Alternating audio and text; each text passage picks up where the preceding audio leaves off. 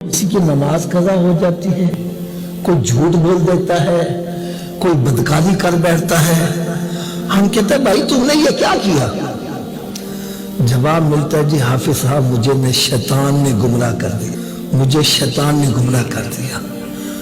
भाई नमाज क्यों कज़ा कर दी? वो जी बस शैतान ने गुमराह कर दिया। भाई ये चोरी क्यों की है? मुझे शैतान ने गुमराह कर दिया। यार हम कहते हैं हमें शैतान ने गुमराह किया, शैतान को किसने गुमराह किया था? नहीं समझ रही बात। हम तो ये कहते हैं मुझे शैतान ने गुमराह, यार शैतान को किसने गुमराह किया था? शैतान को गुमराह किया था अनानियत ने। वो कहता था अना खैर मिन, मैं बेहतर हूं, मैं बेहतर हूं। ये अनानियत थी जिसने उसको गुमराह कर दिया। और यार देखा जाए इतना इल्म वाला कि फरिश्तों को पढ़ा रहा है, इतना इबादत गुजार कि जमीन के चप्पे चप्पे पर सजदा करने वाला, और इतना फरमा बरदार कि रब ताला ने जब जमीन पर इंसान को बनाना चाहा तो सरकश शयातीन को खत्म करने के लिए इसको भेजा। लेकिन दिल के अंदर अनानियत आ गई कि आना खैर मिन्हु। रब ताला ने फरमाया मा मना का अल्लाह तस्जुदा इज़ अमरतु। और किस चीज ने तुझे मना किया? जब मैंने हुक्म दिया सजदा करो, क्यों नहीं सजदा? तो उसने कहा था आना खैर मिन्हु, मैं बेहतर हूं।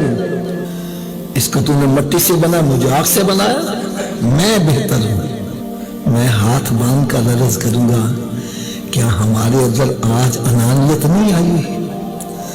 कूट कूट कर भरी हुई है। हम बंदे को बंदा ही नहीं समझते। यार चार पैसे आ जाए अकड़ के चल रहा है, हुस्न जमाल आ जाए आए पीछे हटे, इख्तिदार मिल गया है, गर्दन के अंदर सरिया आ गया, झुकने का नाम ही नहीं रहा। यहां तक कि इल्म आ जाए तब भी तकब्बुर आ जाता है। इल्ला माशाल्लाह, सब की बात नहीं कर रहा।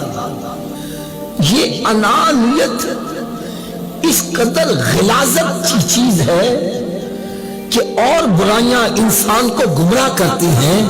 ये अनानियत इंसान को कुफ्र की हद तक पहुंचा देती है।